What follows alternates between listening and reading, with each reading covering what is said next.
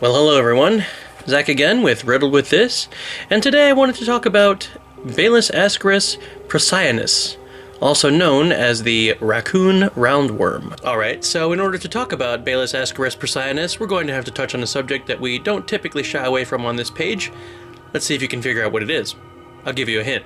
Previously on Riddled With This, I'm talking about poop. This flea is going to poop on your cat. Feces. Reduce the duration of diarrhea. Excrement. Defecating at least 30 meters away from bodies of water. It took me a little longer to realize that it was actually poop. Going back to toilets for a second. Dookie. That's quite a load of data. That's right, we're going to be talking about poop! Okay, but before I get into all that, let's talk about what exactly it is. So Baylisascaris is a worm, specifically a tissue nematode. It's found typically in the intestines of raccoons, and also skunks in the case of Baylisascaris columnaris, but that's not the one we're talking about today.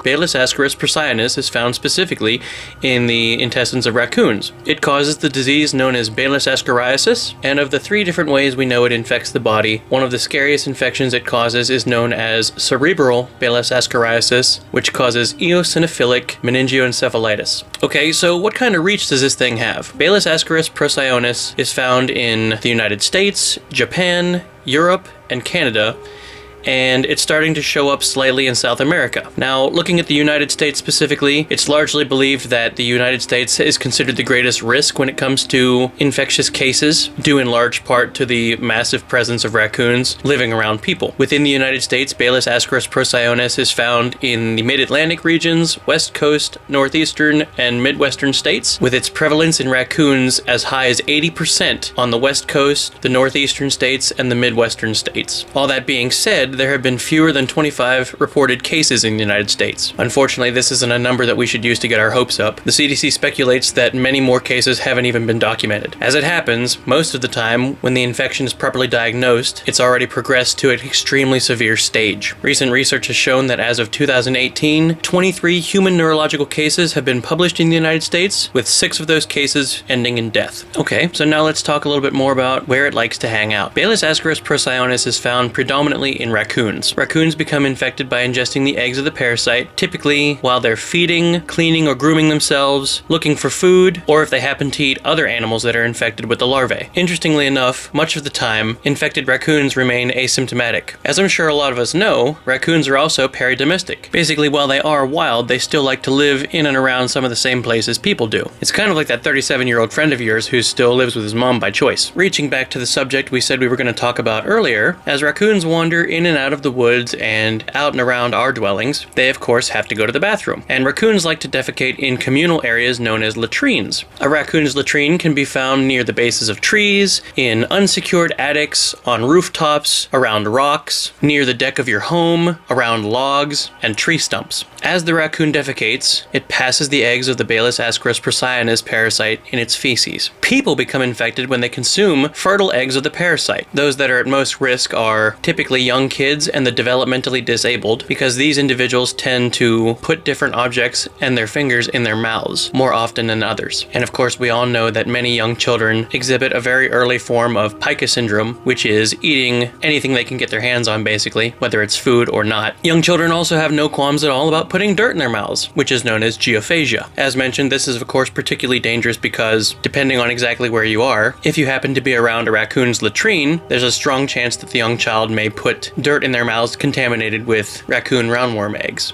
Okay then, so what exactly is it that makes Baylisascaris procyonis so dangerous? And what are the symptoms? Well, once the eggs are ingested, they hatch into larvae, which then begin to migrate throughout the body. There are 3 primary disorders caused, and the particular disorder caused depends on exactly where the roundworm larvae ends up. If the larvae winds up in our organs, it can cause what is known as visceral larvae migrans. If the larvae makes its way into our eyes, it causes what is known as ocular larvae migrans. And if it ends up in the brain or spinal cord, it causes a relatively well-known and sinister disorder known as neural larvae migrans. It also appears, of course, that the raccoon roundworm larvae can also make their way into our muscle tissue. Symptoms of raccoon roundworm infection can vary depending, of course, on the area of infection and the number of eggs ingested, and symptoms can take a week or more to develop. Symptoms can consist of fatigue, nausea, loss of coordination, enlarging of the liver, inattentiveness, blindness, loss of muscle control, or coma. Alright, well now you're probably wondering, shucks, is there any kind of treatment for this? And the answer is most unfortunately,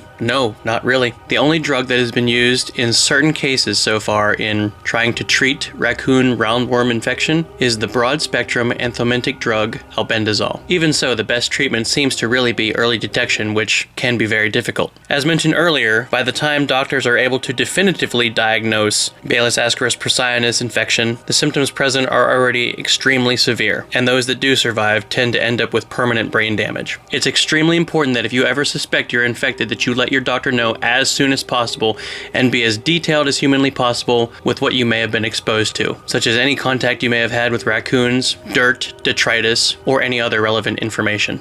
Now you're probably like, my god, this isn't good news. Is there any way I can prevent it? And yeah, honestly, preventing it is pretty simple.